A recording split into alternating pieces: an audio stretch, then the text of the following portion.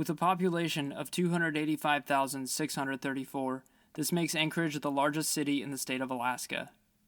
Though the city is known for its vast wildlife, mountainous views, and global tourism, it has become accustomed to violent crime. The crime rate in Anchorage is higher than 98.3% of cities in the United States, and the likelihood of a person becoming a victim of a violent crime is 1 in 76.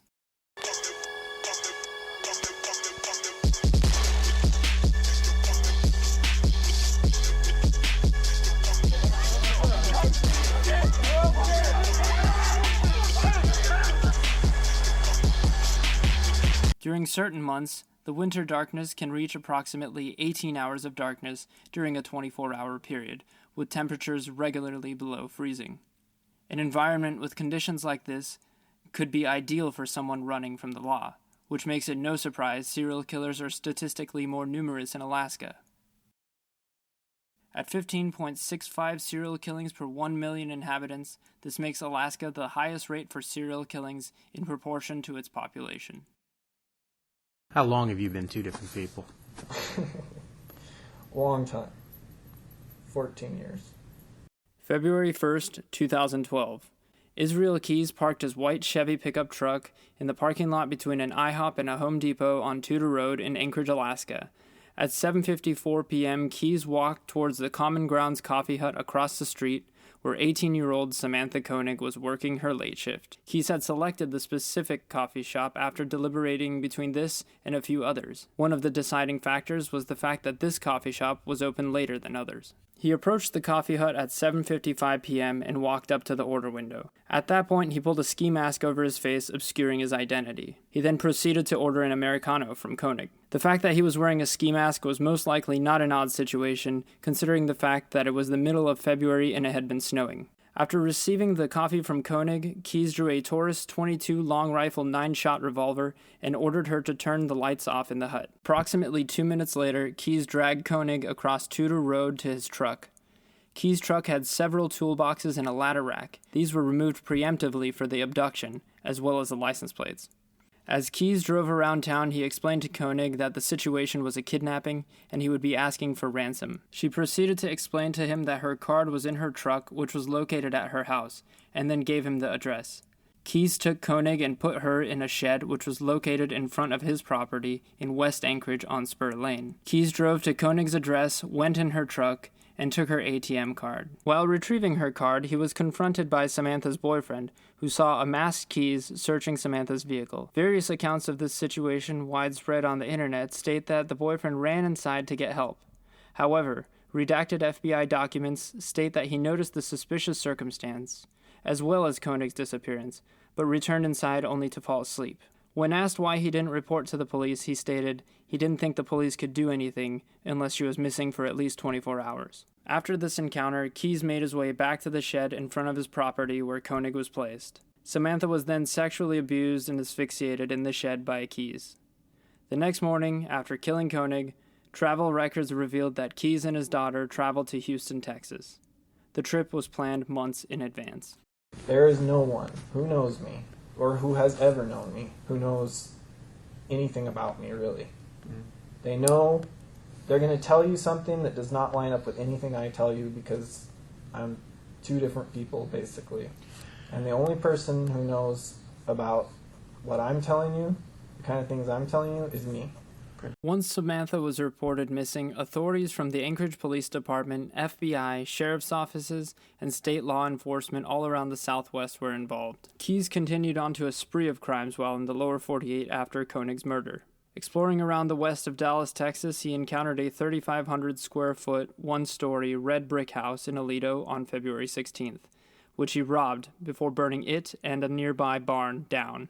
Following the arson, he put on a hard hat, sunglasses, gloves, and a breathing mask, and proceeded to rob the National Bank of Texas within 2 minutes before escaping. Keys then returned to Anchorage. Keys bears some similarities to Ted Bundy, a serial killer whom he admired, in the sense that they were both heavy drinkers, methodical, intelligent, and felt some sort of possession over their victims, and operated in multiple U.S. states. Robert Keppel, a detective who was a major part in catching Ted Bundy, mentioned that his desire to kill came like a chemical tidal wave surging over him, like a craving for a narcotic. Conduct disorder, sometimes known as childhood psychopathy, is given as a diagnosis to children and teenagers who exhibit extreme antisocial traits, such as animal torture and cruelty. Keyes had given accounts of his youth that implied this type of behavior. Ronald Roche, Ph.D., who conducted a psychological evaluation to determine if Keyes was fit for trial, mentioned that Keyes exhibited antisocial personality traits that could cause him to likely be impulsive and hostile. Antisocial personality disorder is the only DSM personality disorder that requires a diagnosis of conduct disorder during childhood. 3 weeks after the abduction, Keyes sent out a text message stating the location of a ransom note and a comment about Samantha Koenig's appearance to Koenig's boyfriend's phone. At the local park, the FBI found a plastic bag under a picture of a missing dog named Albert. The plastic bag contained a photo of Koenig with makeup applied on her face, duct tape around her chin, and a hand wearing a rubber glove holding a local newspaper. It was later revealed Koenig was post-mortem in this photograph, but posed to be alive by Keyes. A ransom note typed on a carbon ribbon typewriter demanding $30,000 to be deposited into Koenig's bank account was also found with the photo. Koenig's father deposited $5,000 into the account following the discovery of the note. Keyes was caught on March 13, 2012, 6 weeks after the murder of Samantha Koenig, by a Texas Highway Patrol officer. In his car, they found Koenig's ID, her debit card, her cell phone, and a gun. You know, the things I've done, and